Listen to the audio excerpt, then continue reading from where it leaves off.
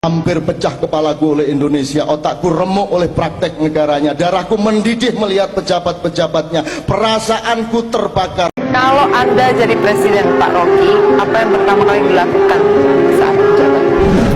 Membubarkan DPR.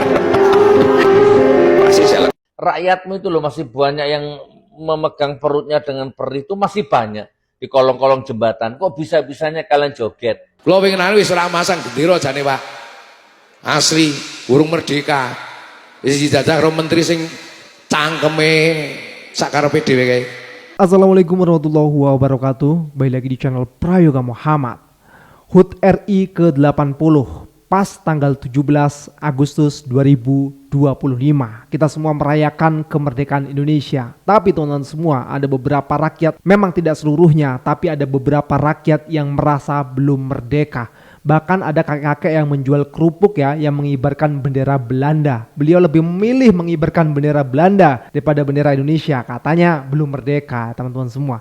Sementara para pejabatnya kemarin itu sempat joget-jogetan. Ya sebenarnya hak-hak mereka sih ya, mau joget mau apa, tapi emang nggak malu kan gitu. Karena memang masih banyak rakyat kita yang belum terlihat, yang belum tertolong, ataupun yang belum disejahterakan gitu oleh pemerintahnya, dan itu kewajiban dari pemerintah gitu. Sementara di sisi lain ada pejabat yaitu DPR yang gajinya dinaikkan sampai 100 juta per bulan, yang artinya 3 juta per hari, dan tentu ini membuat rakyat juga semakin pusing gitu loh. Tapi konyolnya lagi ada seorang menteri yang mengatakan bahwasanya gaji guru itu membebankan negara. Terus bicara lagi soal zakat yang akhirnya membuat rakyat semakin emosi. Tapi ya memang beginilah kondisi negara kita sekarang. Jangan patah semangat untuk terus bersuara. Walaupun kecil suara kita, mudah-mudahan bisa merubah. Oke teman-teman semua, kita saksikan video yang ini.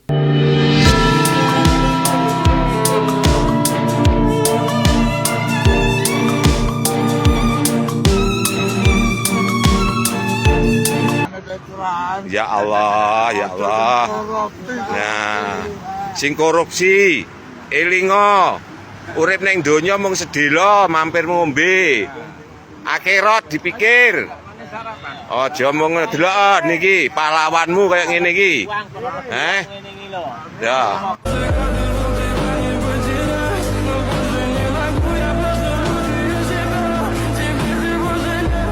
Tangan delok ta. Ya Allah, ya Allah, ya Allah. Nah, singko.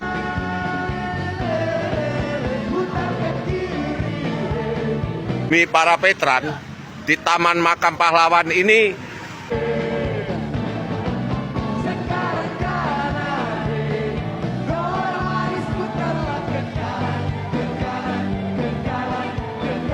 diperhatikan.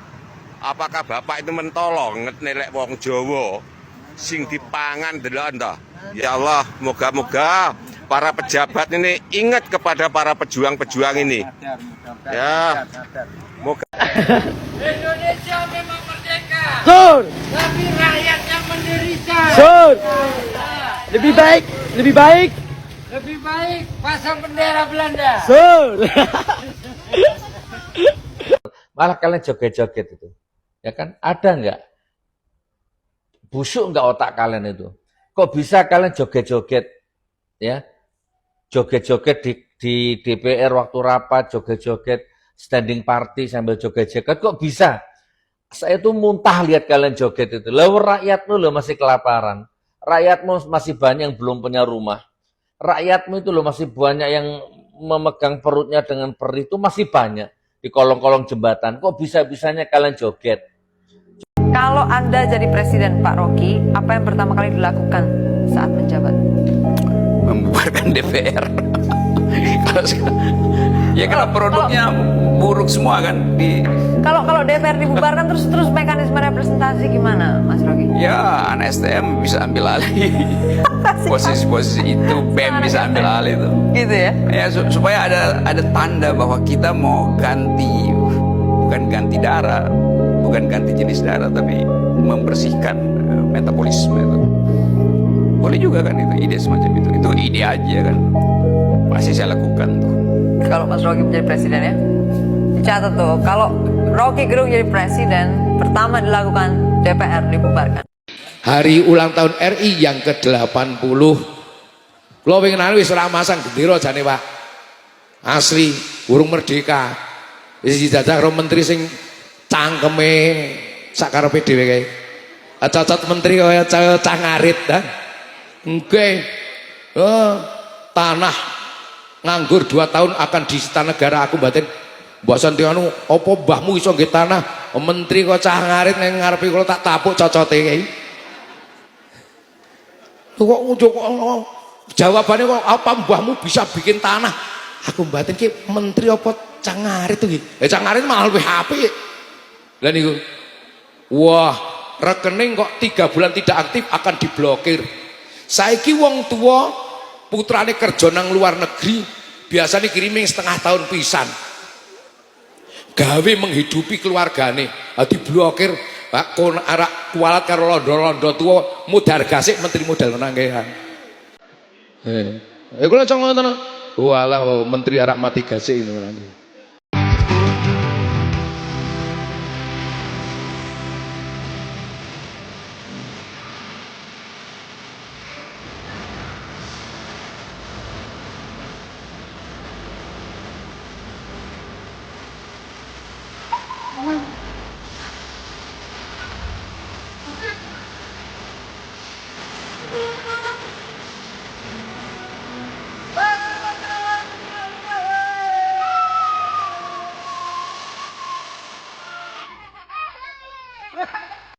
Banyak cerita menarik di Indonesia. Ada seorang tokoh yang memiliki integritas dengan kebenarannya telah diuji publik, tetapi hari ini dikriminalisasi. Ada seorang pembohong yang sudah jelas-jelas berbohong, tetapi mereka ramai-ramai dibela, bahkan dengan mengeluarkan dana yang cukup besar. Kenapa ini bisa terjadi di Indonesia? Ini sudah lumrah dan sudah sesuai dengan apa yang telah diramalkan oleh Rasulullah SAW tentang tahun-tahun yang penuh dengan tipu daya. Yusaddaku fihal kadib, seorang pembohong dianggap sebagai seorang yang benar. Wa yukaddabu fihas sodik, seorang yang benar dianggap sebagai seorang pembohong. Wa yu'tamanu fihal khain, seorang pengkhianat diberikan amanat. Wa yuhawwanu fihal amin, seorang yang amanat dianggap sebagai seorang pengkhianat. Hari ini semua ramalan Rasul sedang benar-benar aktif dan sedang benar-benar terjadi. Tugas kita hanyalah selalu mendekatkan diri kepada Allah. Mudah-mudahan kita semuanya dijauhkan dari segala bentuk fitnah akhir zaman di tahun-tahun yang penuh dengan tipu daya. Barakallahu fiik. Para DPR ini gajinya naik 100 juta lebih karena tidak kena efisiensi. Bahkan mereka joget kegirangan setelah diumumkan gajinya menyentuh 3 juta rupiah per hari. Ternyata ini karena Pak Prabowo tidak memberi fasilitas rumah dinas. Jadi akan diganti tunjangan 50 juta rupiah per bulan. Parahnya ini masih belum apa-apanya karena gaji komisaris sekarang mencapai 10 miliar per tahun. Anehnya menurut Bu Sri Mulyani gaji guru lah yang sebenarnya jadi beban negara. Guru itu beban negara. Bagaimana nasib kami, Bu? Perjuangkan kami.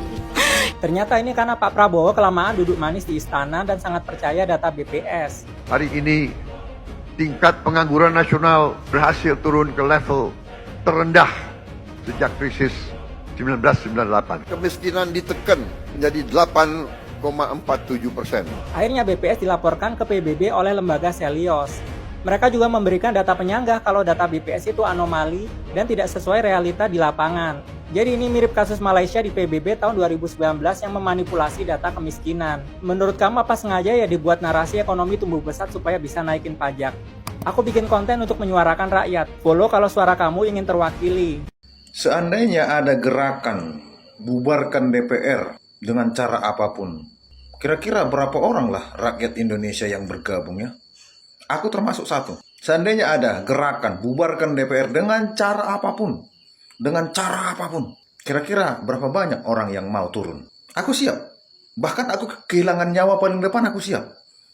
Yang penting jelas, bubarkan DPR dengan cara apapun. Kalau memang aku harus kehilangan nyawa di situ untuk menerobos, aku siap. Kira-kira berapa kekuatan kita? Udah nggak benar negara ini. DPR ini udah nggak benar. Aku siap. Demi Tuhan, aku siap. Demi Tuhan, biar didengar pemerintah, biar didengar semua aparat di negara ini. Biar kalian nggak paham. Hah? Pati itu contoh kecil. Itu kabupaten loh. Berapa banyak kira-kira yang siap tempur untuk membubarkan DPR dengan cara apapun. Aku nomor 1. Aku siap. Asalkan jelas tujuannya, resikonya, siap. Nah, yang menarik itu adalah saat rapat paripurna itu ada musik yang diperdengarkan, dan kita melihat di dalam tayangan itu beberapa anggota DPR ikut serta mengikuti irama yang kebetulan memang iramanya agak cepat gitu, dalam bentuk seperti yang umum kita sebut sebagai joget-joget gitu ya.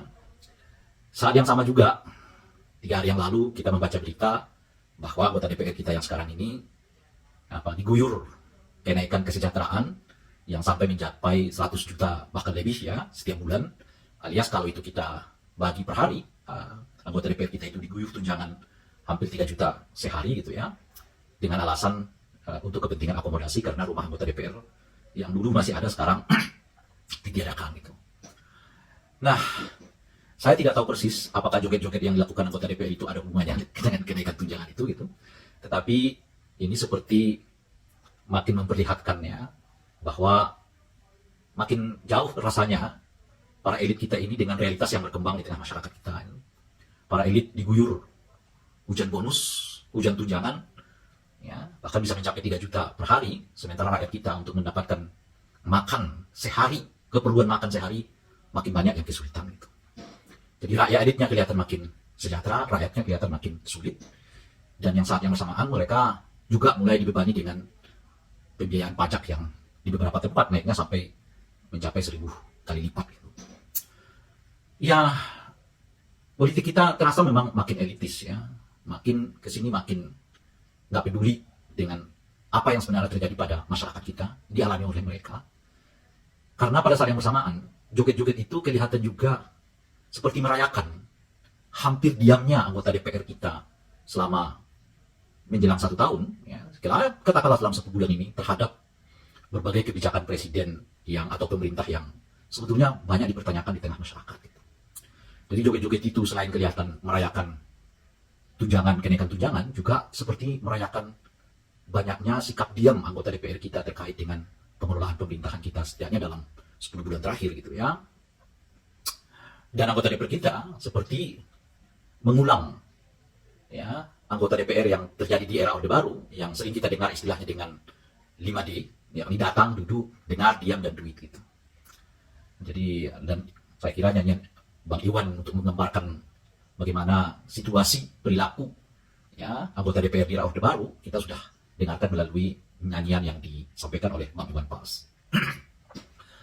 Oleh karena itu ya situasi ini membuat kita makin bingung ya. Bingungnya di mana? Apakah sebenarnya ya penderitaan yang tengah mulai makin menghimpit masyarakat kita itu sampai ke gedung DPR?